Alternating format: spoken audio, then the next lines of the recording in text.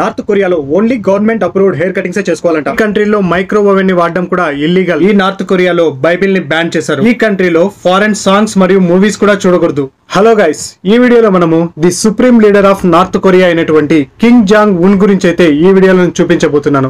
అలాగే ఇతను పెట్టినటువంటి వింతైనటువంటి రూల్స్ ను కూడా ఈ వీడియోలో మనం తెలుసుకోబోతున్నాం. వీడియో కంప్లీట్ అయ్యే లోపల రెండు విషయాలను అయితే మీరు డెఫినెట్ గా అగ్రీ చేస్తారు. అందులో నెంబర్ 1 ఏంటంటే బతకడానికి కొద్దిగా డబ్బులు ఉండాలి, కానీ ఇండియాలో స్టాండర్డ్ ఆఫ్ లివింగ్ అనేది చాలా బాగా ఉంటుంది. అలాగే ఇక రెండో విషయానికి వస్తే India is completely democratic country.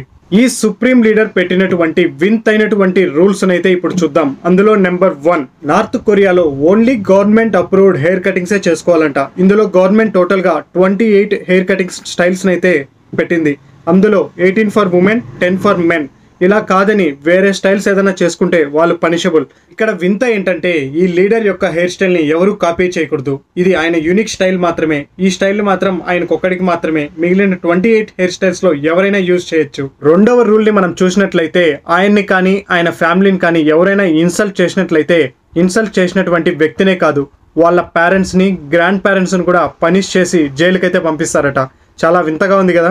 ఈ కంట్రీలో మైక్రో ఓవెన్ ని వాడడం కూడా ఇల్లీగల్. ఎందుకంటే ఇక్కడ ఎలక్ట్రిక్ క్రైసిస్ అనేది చాలా ఎక్కువగా ఉంది. ఇక్కడ ఇలాంటి ప్రోడక్ట్స్ వాడాలంటే ఖచ్చితంగా గవర్నమెంట్ నుండి పర్మిషన్స్ తీసుకోవాలంట.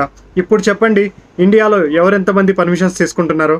ఇక్కడ మరొక వింతైనటువంటి రూల్ కూడా ఉంది. ఆ రూల్ ఏంటంటే ఇక్కడ ఏదైనా ఒక వ్యక్తి ఏదైనా క్రైమ్ చేశాడంటే వాళ్ళ హోల్ ఫ్యామిలీ ఆ యొక్క క్రైమ్ కి పనిష్ అవ్వాల్సిందే. అంతేకాదు పిల్లలు స్కూల్లో చదువుతున్నారంటే వాళ్ళు కూర్చున్నటువంటి టేబుల్స్ కి మరియు చైర్స్ కూడా ఫీజు అయితే పే చేయాల్సి ఉంటుంది. ఇది సపరేట్ కాదు, వాళ్ళ స్కూల్ ఫీజులోనే దాన్ని ఇంక్లూడ్ చేస్తారట. ఈ నార్త్ కొరియాలో వరల్డ్ వైడ్ బాస్కెట్ బాల్ కి ఒక రూల్ ఉంటే వీళ్ళకి మాత్రం సపరేట్ రూల్ ఉంటుందంట. ఈ యొక్క రూల్ ని జూచిక్ క్యాలెండర్ అని పిలుస్తారట. ఈ క్యాలెండర్ ని ఫాలో అయ్యి ఈ యొక్క నార్త్ కొరియా బాస్కెట్ బాల్ కి సపరేట్ రూల్స్ అయితే పెట్టుకునిందట. ఈ యొక్క నార్త్ కొరియాలో క్యాపిటల్ సిటీలో బతకాలంటే వీళ్ళు మంచి సక్సెస్ఫుల్ మరియు వెల్తీ పీపుల్ అయి ఉండాలి. అలా కాదని వీళ్ళు అక్కడ వెతకాలంటే గవర్నమెంట్ నుండి పర్మిషన్స్ తీసుకోవాల్సి ఉంటది. నార్త్ కొరియాలో బైబిల్ ని బ్యాన్ చేశారు. ఎందుకంటే వీళ్ళు వెస్టర్న్ కల్చర్ కి అపోజ్.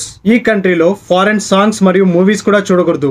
ఇలా ఒకతను 2015లో చేయడం వల్ల అతన్ని జైలుకి పంపించాడు.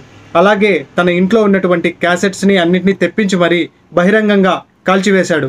ఈ సౌత్ కొరియాలో ఉన్నటువంటి సిటిజన్స్ కి అయితే ఈ యొక్క ఐఫోన్ ప్రోడక్ట్స్ అయితే బ్యాన్ చేశారు.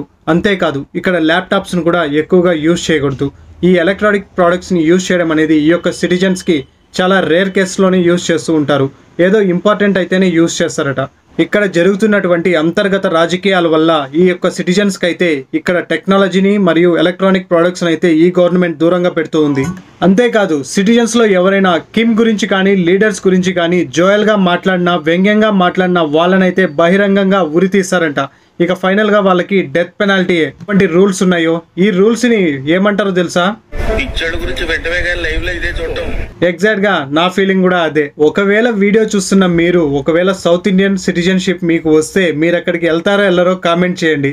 అలాగే ఈ యొక్క రూల్స్ పై మీ యొక్క ఒపీనియన్ ని కామెంట్ చేయండి. ఇటువంటి ట్రూ అండ్ ఫ్యాక్ట్ వీడియోస్ కోసం మన ఛానల్ ని లైక్ చేయండి. అలాగే మరిన్ని ఇంట్రెస్టింగ్ వీడియోస్ కోసం మన గరుడ వ్లాగ్ 7 అన్న ఛానల్ ని సబ్స్క్రైబ్ చేయండి. Thank you for watching Garuda vlog 7.